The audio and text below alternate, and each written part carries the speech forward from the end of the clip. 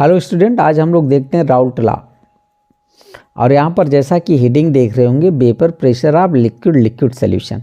ठीक, यहाँ पर केस नंबर 1 लिया जा रहा है। Both solute and solvent are volatile. Volatile means जिसके वेपर बने उसे वोलाटाइल बोलेंगे।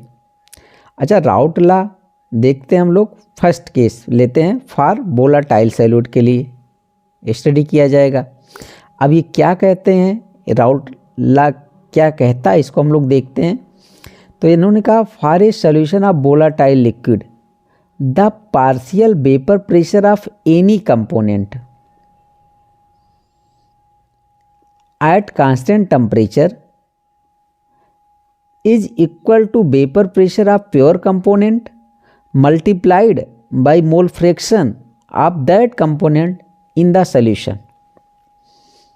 ठीक है, तो इसको हम लोग समझते हैं। इस लाइन को यहाँ पर देख रहे हैं, ये कह रहे हैं कि जो कंपोनेंट है, मतलब जो आपने सैल्यूट या सॉल्वेंट लिया है, उसका जो पार्शियल वेपर प्रेशर होगा ना, उसके प्योर फॉर्म में जो उसका वेपर प्रेशर होगा और इनटू मतलब मल्टीप्लाइड बाई उसके मोल फ्रैक्शन के इक्वल होगा, ये कहने का मतलब है। तो इसको हम लोग इसमें समझते हैं। यहाँ से आपके पास एक लिक्विड ए है, दूसरा लिक्विड बी है। आप इसे सॉल्वेंट मान लीजिए, इसे सैल्यूट मान लीजिए। दोनों को मिलाएंगे तो आपके पास सॉल्यूशन बनेगा। ठीक है, अब इस जगह पर देख रहे होंगे हम वेपर दिखाने की कोशिश कर रहे हैं। तो आपके पास इसको एक कंपोनेंट मान लो, इसको एक कंपोनेंट मान लो। ठीक है, तो आपके पास ये इस जगह पर, ठीक है, इसके द्वारा इस पर कितना प्रेशर लगाया जाएगा, ए के द्वारा, बी के द्वारा कितना लगाया जाएगा, ये बताएगा राउल्ट लॉ। ठीक है, कि यहाँ पर क्या होने वाला है, वेपर का प्रेशर। तो आप देखेंगे तो मैं यहाँ पर ए का जो मोल फ्रैक्शन है उसको काई ए ले रहा हूँ। अच्छा, बी का जो मोल फ्रैक्शन है उसको काई बी ले रहा हूँ। ठीक है, अब मुझे बताना है इस जगह पर कि ए का पार्शियल प्रेशर क्या होगा, बी का पार्शियल प्रेशर क्या होगा। ठीक है, तो इस सॉल्यूशन में ये कितना कंट्रीब्यूट कर रहा है, बी कितना कर रहा है, इसको समझेंगे। यहाँ पर देख रहे होंगे पी नॉट ए है, इसको मैं लिया वेपर प्रेशर आप प्योर सॉल्वेंट ले लो, और पी नॉट बी क्या, वेपर प्रेशर आप प्योर सैल्यूट ले लो। तो इनके जो डिफिनेशन के अकॉर्डिंग हम लोग कह रहे हैं कि ये जो partial pressure of each component बोल रहे थे ना, partial pressure of any component बोल रहे हैं, तो मुझे ए का बताना है कि लिक्विड ए का पार्शियल प्रेशर क्या होगा।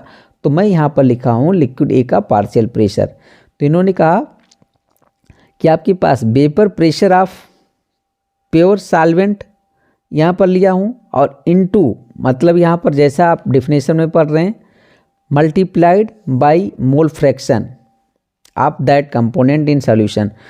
तो P not A into chi A, ठीक है, ये हो जाएगा पार्शियल प्रेशर ऑफ ए। ठीक, ऐसे बी के केस में देखेंगे तो पार्शियल प्रेशर ऑफ बी क्या होने वाला है, P not B into chi B. तो ये है, और जो टोटल प्रेशर लगाया जाएगा, जो टोटल प्रेशर होगा वो आपके पास P A plus P B होगा, या टोटल प्रेशर जो आप कह रहे हैं, या पी ए सॉल्यूशन का जो प्रेशर होगा वो क्या होगा, P A plus P B. अच्छा, पी ए की जगह पर क्या लिख सकते हैं हम लोग, ये देखिए value P not A into chi A, plus P B की जगह पर क्या लिख सकता हूँ, P not B into chi B. तो ये आपके पास राउल्ट का लॉ है फॉर वोलाटाइल सैल्यूट के लिए। अब इसका हम लोग एक देख लेते हैं ग्राफ। तो आप इसको ग्राफ को देखिए कि मोल फ्रैक्शन और वेपर प्रेशर के बीच में एक ग्राफ बनाया गया है। ठीक, इधर से चलो देखते हैं। ये है काई ए, मतलब मोल फ्रैक्शन ऑफ ए। ठीक है, जब 1 था तो इसका वेपर प्रेशर आप समझिए, पार्शियल प्रेशर आपके पास इसका क्या रहा, प्योर स्टेट में इतना रहा वेपर प्रेशर, पी नॉट ए है। तो जैसे जैसे इधर आएंगे तो देख रहे होंगे कि मोल फ्रैक्शन कम हो रहा है ए का। तो यहाँ का जो आपके पास ए का वेपर प्रेशर है वो कम हो रहा है। ठीक है, तो आपके पास ये आ जाएगा कम हो रहा। दूसरा केस लेंगे, ए मैं इधर ले रहा हूँ तो आपके पास ए एक्स बी है। एक्स बी जब मतलब कि ये मोल फ्रैक्शन बी का जब 1 था तो इसका क्या था, प्रेशर यहाँ पर था। ठीक है, बी का वेपर प्रेशर प्योर फॉर्म में क्या था, इतना था। लेकिन जैसे जैसे जब इधर जाएंगे देखो तो एक्स बी घट रहा है, तो क्या कर रहा है, वेपर प्रेशर भी क्या कर रहा है, घट रहा है। ठीक, और इस दोनों लाइन को मिला देते हैं तो सॉल्यूशन का वेपर प्रेशर पता चलता है। तो इस लाइन पर मैं लिखा हूँ पी बी इक्वल टू क्या, P not B into chi B. ठीक है, इस पर लिखा हूँ P A equal to P not A into chi A, इस लाइन के। और ये जो टोटल है आपके पास पी एस क्या है, पी प्लस पी बी। तो ये मोल फ्रैक्शन और वेपर प्रेशर के बीच में ये है। यदि ऐसा हम लोग जब आगे पढ़ेंगे आइडियल नॉन आइडियल सॉल्यूशन, तो आइडियल सॉल्यूशन इस राउल्ट के नियम का पालन करता है और नॉन आइडियल क्या करता है, राउल्ट के नियम का पालन नहीं करता है। तो ये ग्राफ वहाँ भी आपको काम आएगा। अब हम लोग देखते हैं राउल्ट का second law, vapour pressure of solution of solid in liquid. तो यहाँ पर केस 2 ले जा रहा है, नॉन वोलेटाइल सॉल्यूट बी लिया गया, वोलेटाइल सॉल्वेंट ए लिया गया। राउल्ट लॉ क्या हो जाएगा फॉर नॉन वोलेटाइल सॉल्यूट के लिए, ये RLBP जब पढ़ते हैं क्वालिटेटिव प्रॉपर्टी में डिटेल जानकारी वहाँ पर दिया गया है। RLBP relative lower in vapour pressure.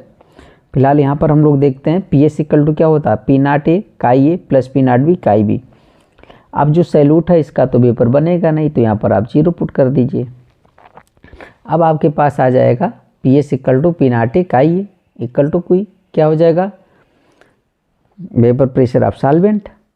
तो आप देखिए क्या लिख रहा हूँ मैं, vapour pressure of solution equal to vapour pressure of solvent in solution.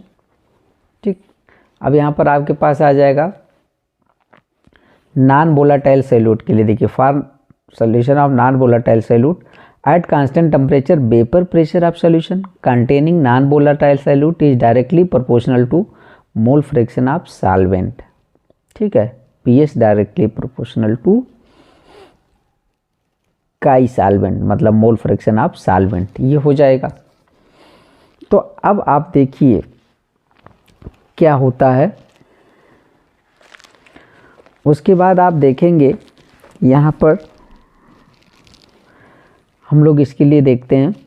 तो आपने जो यहाँ पर रखा PS equal to P not A chi A plus P not B chi B, तो इसकी जगह पर 0 फॉर नॉन वोलेटाइल सॉल्यूट के लिए, तो आपके पास ये आ जाएगा PS equal to P not A chi A. ठीक है, ये यहाँ पर थोड़ा सा लिखा हूँ मैं, ये अभी बाद में आएगा। यहाँ पर जो वेपर प्रेशर ऑफ सॉल्वेंट का होता है ना, उससे सॉल्यूशन का वेपर प्रेशर कम हो जाता है, तो RLBP का केस हुआ जाता है। तो अभी देखते हैं, फिलहाल आप देखिए इसको। और यहाँ chi A plus chi B equal to क्या था 1, और काई ए क्या हो जाएगा 1 माइनस काई बी। तो आप इस इक्वेशन को देखिए, तो इसमें मैं क्या लिख रहा हूँ, PS इक्वल टू क्या है पी नॉट ए। ठीक है, काई ए की जगह पर मैं क्या लिख रहा हूँ 1 माइनस काई बी। ठीक है, इसको ओपन कर लीजिए ब्रैकेट, तो PS इक्वल टू क्या हो जाएगा P not A minus P not A into chi B. ठीक, इस पूरे पार्ट को आप इधर लेकर के आइए, तो पी नॉट ए काई बी, और इसको ले जाएंगे तो इधर P not A minus PS हो जाएगा। ठीक, अब इसको इधर लिख लीजिए, इसको इधर लिख लीजिए, तो P not A minus PS equal to P not A into chi B. अब यहाँ पर मल्टीप्लाई में है तो इसको इधर ले आओ, तो डिवाइड में हो जाएगा, तो P not A minus PS upon P not A into chi B. तो आपके पास ये आ जाएगा। ठीक है, इसको बोला जाता है RLBP, मतलब relative lowering in vapour pressure का, ये आपके पास फार्मूला आ जाएगा। अच्छा, अब यहाँ पर पी नॉट ए क्या है, vapour pressure of pure solvent, PS क्या है, वेपर प्रेशर ऑफ सॉल्यूशन, काई बी क्या, मोल fraction of solute, P not A minus PS क्या है, लोअरिंग इन वेपर प्रेशर, और P not A minus PS upon P not ए क्या है, relative lowering in vapour pressure RLBP।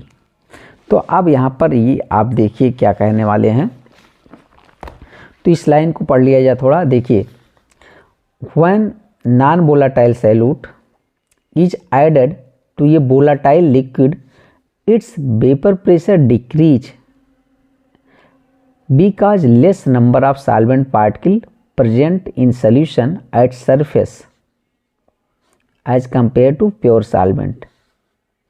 Less vapour is formed and vapour pressure of solution is decrease. ठीक है, तो वो बताते हैं राउल्ट लॉ, उसी को RLBP कहा जाता है। इसको समझ लीजिए आप। जैसे आपके पास यहाँ पर सॉल्वेंट है, सॉल्वेंट मान लो वाटर है, ठीक है। अब इसके यहाँ पर वेपर बनेंगे, तो इस वेपर के द्वारा जो इस पर लगाया जाएगा उसे आप वेपर प्रेशर बोलेंगे। वेपर के द्वारा जो प्रेशर लगाया जाएगा वेपर प्रेशर। अभी आपके पास सॉल्वेंट है, ठीक है, लेकिन जब तुम यहाँ पर नॉन वोलेटाइल सॉल्यूट डाल दोगे, नॉन वोलेटाइल सॉल्यूट मतलब जिसके वेपर ना बने, और वेपर ना बनेंगे तो प्रेशर नहीं लगाएगा। तो नॉन वोलेटाइल सॉल्यूट डालोगे तो सॉल्वेंट के सरफेस पर आ जाएगा। अब इसके खुद के तो बनेंगे नहीं वेपर, और जो वाटर के बन रहे थे, सॉल्वेंट के बन रहे थे, उसके भी कम बनेंगे। तो जब वेपर कम बनेंगे तो वेपर के द्वारा प्रेशर जो लगाया जाएगा वो कम होगा। तो जो आपके पास सॉल्यूशन है ना, सॉल्यूशन जो ये मैंने किया था, सॉल्यूशन का जो वेपर प्रेशर होगा वो सॉल्वेंट की तुलना में क्या हो जाएगा, कम होगा।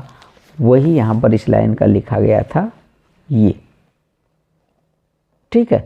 तो ये था सेकंड लॉ, आप RLBP से लिख सकते हैं। और लिमिटेशन देख लीजिए क्या कह रहे हैं राउल्ट लॉ के limitation of Raoult law. It work only for ideal solution, ये आइडियल सॉल्यूशन के लिए ही केवल काम करता है। फिर very dilute solution obey Raoult law, solution बहुत डाइल्यूट होना चाहिए यदि राउल्ट लॉ का ओबे करना है। तो thank you for watching video.